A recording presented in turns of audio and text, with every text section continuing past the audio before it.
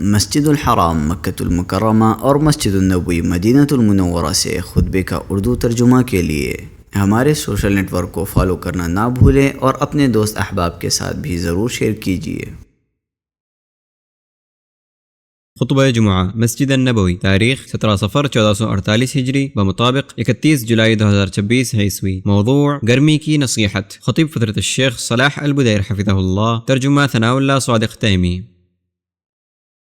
ہر قسم کی تعریف اللہ کے لیے ہے جس نے ہم پر ظاہر و باطن میں اپنا بھرپور انعام کیا، اور میں گواہی دیتا ہوں کہ ایک اللہ کے سوا کوئی معبود برحق نہیں، اس کا کوئی شریک نہیں۔ ایسی گواہی جو آگ سے رکاوٹ اور ڈھانپنے والا پردہ ہوگی، اور میں گواہی دیتا ہوں کہ ہمارے نبی اور سردار محمد اللہ کے بندے اور اس کے رسول ہیں۔ اللہ نے آپ صلی اللہ علیہ وسلم کے ذریعے کفر کو مٹایا جبکہ کفر چھایا ہوا تھا۔ درود و سلام نازل ہو آپ پر اور آپ کے آل و اصحاب پر، ایسا درود جس سے ہم پورا بھرپور ثواب پائیں۔ اما بعد، ہے مسلمانوں، اپنے رب کا تقوی اختیار کرو، اس لیے کہ وہ بھیدوں اور پوشیدہ باتوں کو جانتا ہے، اور قیامت کے لیے اور یوم آخرت کے لیے تیاری کرو۔ اللہ تبارک و تعالی کا فرمان ہے، اور اس دن سے ڈرو جس میں تم سب اللہ تعالی کی طرف لوٹائے جاؤ گے، اور ہر شخص کو اس کے اعمال کا پورا بدلہ دیا جائے گا، اور ان پر ظلم نہیں کیا جائے گا۔ مسلمانوں، آپ پر گرمی سخت ہو گئی ہے، آپ پر حرارت شدید ہے، آپ کا دن شعلہ اگل رہا ہے، گرمی اپنی انتہا کو پہنچی ہوئی ہے، اور آپ پر یہ شعلہ بار گرمی نازل ہو چکی ہے جس کے اثرات دنیا میں عام ہو گئے ہیں اور جس کا زہر زمین پر پھیل گیا ہے۔ لہٰذا اس شعلہ زن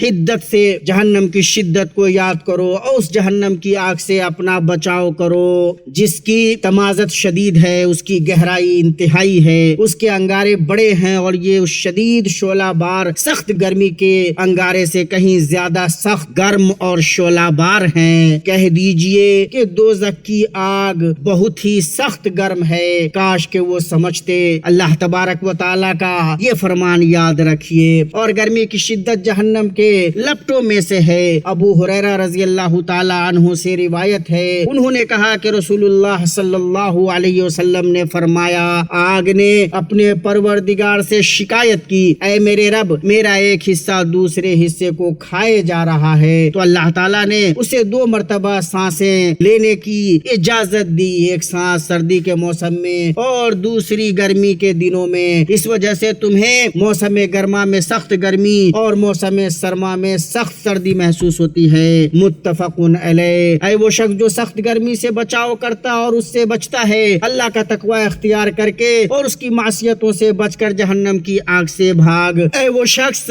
جو گرمی سے اپنے بدن کو بچاتا اور اس سے اس کی حفاظت کرتا ہے، تو اپنے رب کی طرف کیوں نہ لوٹا قبل اس کے کہ موت تجھ پر حملہ کرے اور اس کا منادی تجھے پکارے۔ عمر بن عبدالعزیز جب کہ ایک جنازے میں جا رہے تھے، ایسے لوگوں کو دیکھا جو گرد و غبار اور دھوپ سے اٹے ہوئے تھے اور سائے کی طرف جا لگے تھے، تو رو پڑے، اے اللہ کے بندے، تمہارے سامنے جو آنے والا ہے اس کے لیے بیدار ہو، اس کے لیے تیار ہو جو تم پر حملہ آور ہونے والا ہے۔ اور گویا کہ تیری بساط عمر لپیٹی جا چکی ہے، تیری صحت کا پودا مرجھا چکا ہے، تیری شان و شوکت کی عمارت گر چکی ہے، اور موت قریب آ چکی ہے۔ اور کل آدمی وہ دیکھے گا جو اس نے کیا ہے، کسان وہی کاٹے گا جو اس نے بویا ہے۔ اگر اس نے اچھا کیا ہے تو کیا ہی اچھا اس نے جمع کیا ہے، اور اگر اس نے برا کیا ہے تو کیا ہی برا اس نے کیا ہے۔ اور کامیاب وہ ہے جسے نصیحت فائدہ پہنچائے اور جو آخرت کے لیے تیاری کرے۔ میں وہ کہہ رہا ہوں جو تم سن رہے ہو، اور میں ہر گناہ سے اللہ کی مغفرت طلب کرتا ہوں، تم بھی اس سے مغفرت طلب کرو، اور کیا ہی کامیابی ہے استغفار کرنے والوں کے لیے۔